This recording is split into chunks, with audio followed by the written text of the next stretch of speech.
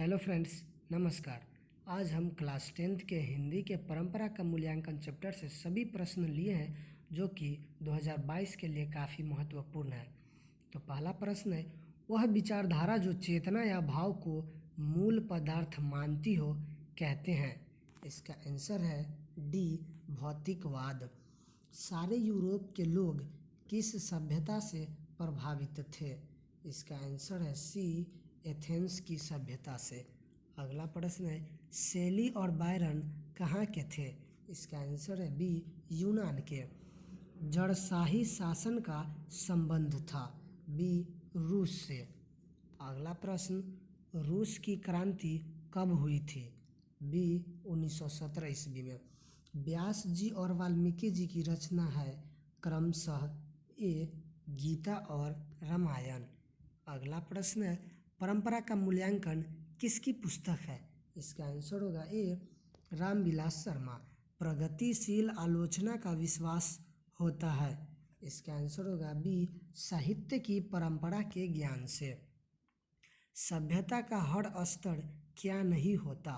इसका आंसर होगा सी, वर्ग युद्ध। साहित्य सापेक्ष रूप में क्या होता है?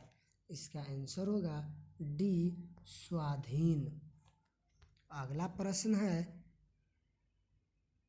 एथेंस किस महादेश में है? इसका आंसर है ए, यूरोप में। बायरन किस भाषा के कवि हैं?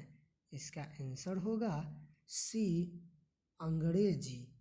अगला प्रश्न है, प्रश्न नंबर 13, निराला की साहित्य साधना किसकी कृति है? इसका आंसर होगा सी, रामविलास शर्मा।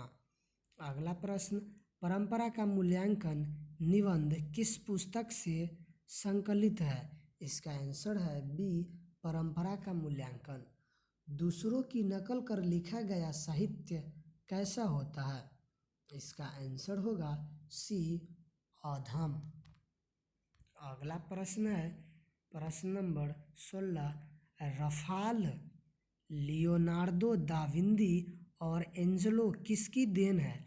इसका आंसर है सी, इटली का। अगला प्रश्न, शेक्सपियर कौन थे? इसका आंसर होगा ए, नाटककार। निराला की साहित्य साधना कितने खंडों में रचित की गई है? इसका आंसर होगा बी, इसका आंसर होगा बी, 3 खंडों में। अगला प्रश्न है 19, इस कहानी के लेखक रामविलास शर्मा का जन्म कब हुआ? इसका आंसर होगा ए, 10 अक्टूबर 1912। अगला प्रश्न है, इस कहानी के लेखक रामविलास शर्मा का जन्म कहाँ हुआ? इसका आंसर होगा सी, उच्चगांव सानी। अगला प्रश्न, प्रेमचंद और उनका युग किनकी रचना है? इसका आंसर होगा बी, डॉक्टर रामविलास शर्मा। सभ्यता का हर स्तर क्या नहीं होता? इसका आंसर होगा सी, वर्ग युद्ध। अगला प्रश्न, साहित्य सापेक्ष रूप में होती है? इसका आंसर होगा बी, स्वाधीन। अगला प्रश्न, लैटिन कवि कौन है? इसका आंसर होगा ए, वर्जिल। तारसपतक में कितने कवियों की कविताएं संग्रहित है? इसका आंसर होगा डी, 7। अगला प्रश्न है, अज्ञे के तारसपतक कब संपादित किया? इसका आंसर होगा बी, 1943 ईस्वी में।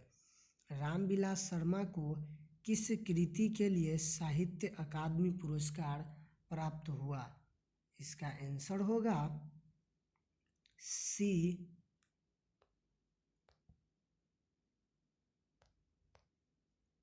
निराला की साहित्य साधना।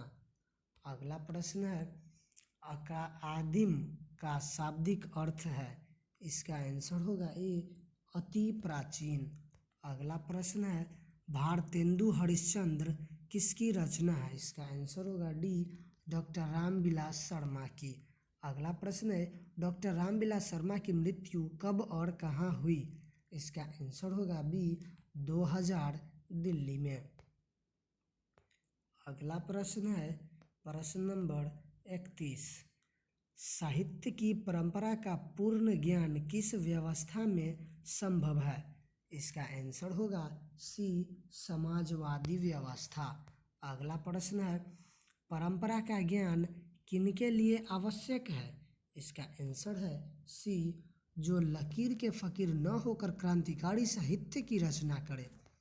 अगला प्रश्न है भारतीय की राष्ट्रीय क्षमता का पूर्ण विकास किस व्यवस्था में संभव है? इसका आंसर है सी समाजवादी व्यवस्था। अगला प्रश्न लेखक रामविलास शर्मा के गांव का क्या नाम था? यह प्रश्न 2021 के प्रथम पाली में पूछा गया है, तो इसका आंसर होगा बी ऊंच गांव सानी। अगला प्रश्न है भौतिकवाद का अर्थ भाग्यवाद नहीं है डैश किस निबंध की पंक्ति है? इसका आंसर है बी परंपरा का मूल्यांकन।